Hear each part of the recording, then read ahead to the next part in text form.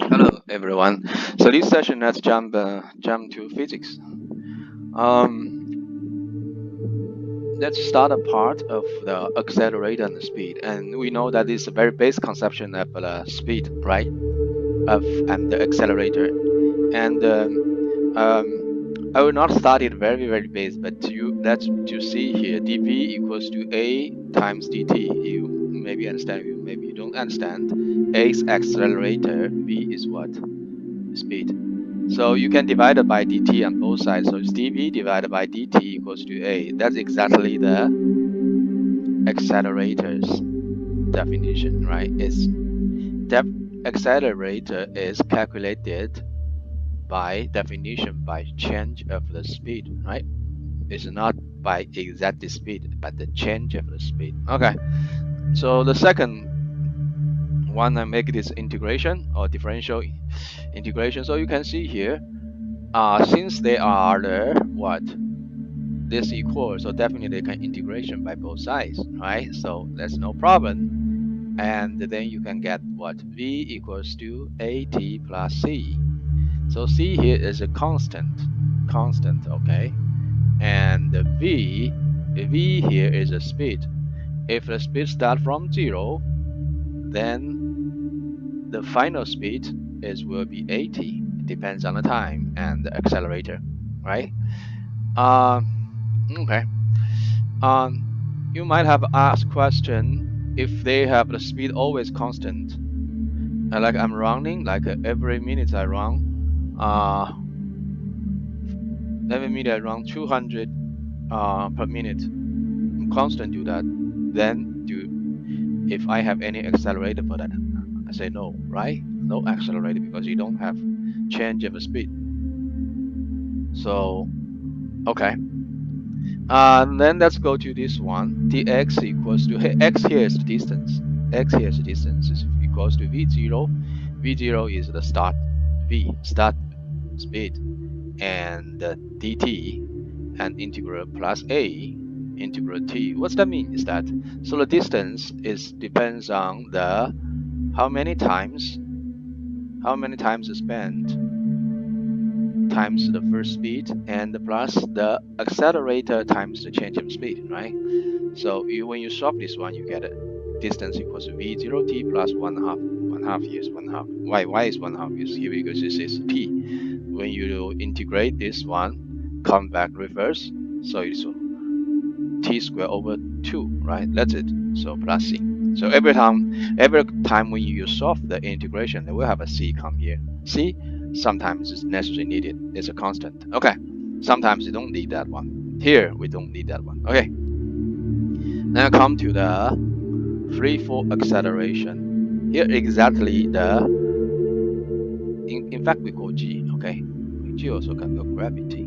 Okay, gravity accelerate. And the free fall acceleration equals to 9.8 meters per square second or 32 feet per square second. In this session, we'll just use the meters, okay? But you can change to the feet. And why they have a kind of G? Why it's called free? It's when it's free, is you get for free. But nothing is really free. They really have something to get that force, right? So what's that mean? What's that free fall accelerator? Okay, let's just give an example. When you throw a paper plane, when you try to play that throw, and finally they will drop down, right? Although how long it will be, flight, right? Flight under air, but finally will drop down. Why not it go to heaven? I mean, the paper airplane, or when the apple is a ribbon and the apple will drop down, right? Even here we coca, other kind of fruit will drop down, right? So why to drop down, not go up to the heaven? because what is free? No, it's called free fall, but definitely have something to attract it and pull it with the invisible hand to make it drop down, right? So who is that magic power? That magic power is our Mother Earth. Okay, is the Earth attractive that things come to the surface? I mean, the surface is the ground. Okay, and that accelerator is 9.8 meters per square second, or 32 feet per square second. So, okay, then let's make some kind of application. Okay, solve some real scenario. So I have here a practical question. You can see they have there's one man here, right? And here's the star. And this man throws the star directly to the sky, but it's directed straight up, okay? Which means like 90 degree, right? So if a man throws a star at a speed of 100 meters per second, 100 thrown up with the speed, this man must be very strong. This man or woman, whatever, but he or she must be very strong, okay? I don't have any discrimination about this, okay? So they have like 100 meters per second be thrown up to the sky.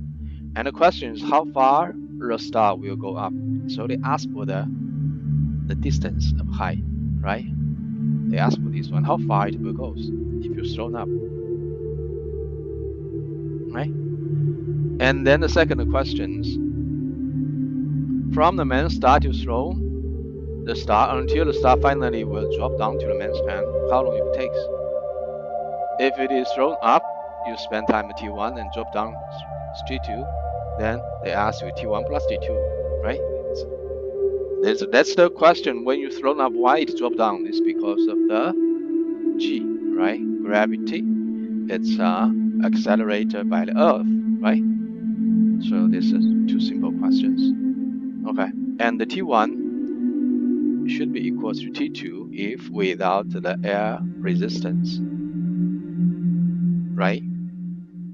Anyway, I will not prove that, but if you want, you can prove that. It's up to you. Okay, so the first question they ask for the edge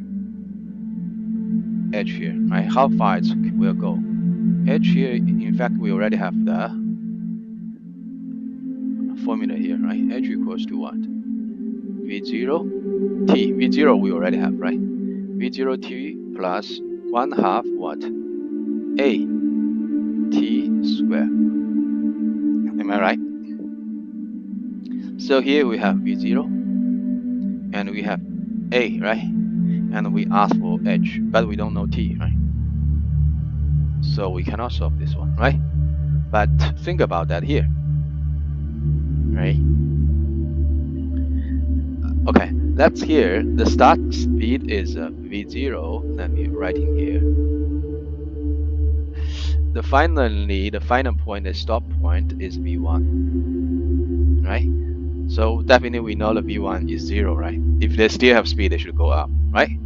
So we look up this formula. V equals to AT plus C. Okay. So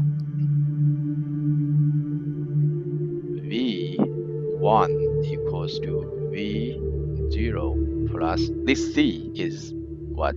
It's V0, a start point plus AT, right? And from this way, since we know both, we know the 3, we can find the T. If we can find the T, then we can find the H. The logic is like this way, right? And if we find the T, we definitely know what is T2. So we can solve these two questions, right? It makes sense, right? So what is V1? V1 is 0. And what is V0? Is 100. Here we're not writing the... Okay, let me still write it, but there's more formula, okay. Plus A. A is what? Negative 8, 9.8. Why negative? Because you are against, right? When you drop down, it's positive, right? Because it's exactly attraction, right? Force. But when you thrown up, it's against, right? Against the accelerator of gravity, right? And then times t, right? T we don't know. That's exactly what you need to find. So what exactly t? T equals to what? 100 divided by 9.8. Close to, I will not exactly get very, very exact close, okay? Close to 10 second, right? Close to 10 second. So, which means this guy's thrown a star from his hand straightly up to the sky with a speed of 100 meters per second, and the star will flying up, rocket up for 10 seconds. Finally, it will be stopped, right? That's exactly right. So if you ask me, so now right now I can already answer the second question: is how long when it falls back to the hand of a man? So it definitely is 2t, right? So 2t equals to 20 seconds. 20 seconds is drop down. So you spend like thrown up, and then after 20 seconds you drop down. Okay, right? Okay. So just give consideration if you drop down when you receive that one, that star is already a speed of 100 meters per second. Perhaps your hand should be very strong, or it will be very seriously hurt. I'm not joking, right? It's perhaps because this star, we don't know the weight, right? It can be as light as a what? A tissue paper? No, tissue paper is not proper. As light as a mouse. You know the mouse, right? Or as heavy as a refrigerator, right? But no matter what it is, if we don't consider the air resistance, they will go the same distance, whatever how small it is, how heavy it is. But if we think about a refrigerator, heavy drop down at 100 meters per square meter, 100 meter per second, the speed when you try to hold them definitely hurt you. Okay, and let's just directly go to the h, right? So h equals to what? V0. V0 we already knows that 100 m per second times 10 second, right? Then plus 1/2. A is what? A is what? A is what?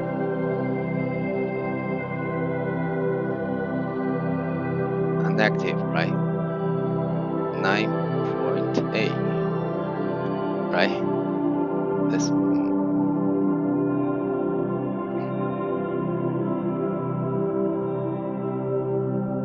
And then what's the t? T is then it's 10, so 100 second square. I mean, that's exactly that is, right? So what's the h? How long do we go? So this is 1,000, right, meters. This should be minus, right? So this is a 4.9. This is right. This is a 4.9. 4.9 is times like 100, right? It's 490, right? Meters. So it will goes to 510 meters, right? So that's exactly where when you throw straight up at the speed of 100 meters per second, when you throw up, it will totally go straight rocket up 510 meters. Anyway, since here I have made them the approximately number, not exactly the real answer, so let's also approximately, right? They will approximately run 510 meters to reach the top, and then up that we drop down, and the whole process you will spend like how long? 20 seconds for the whole scenario. Okay, so thank you very much. Hope you like this session. Okay, bye bye.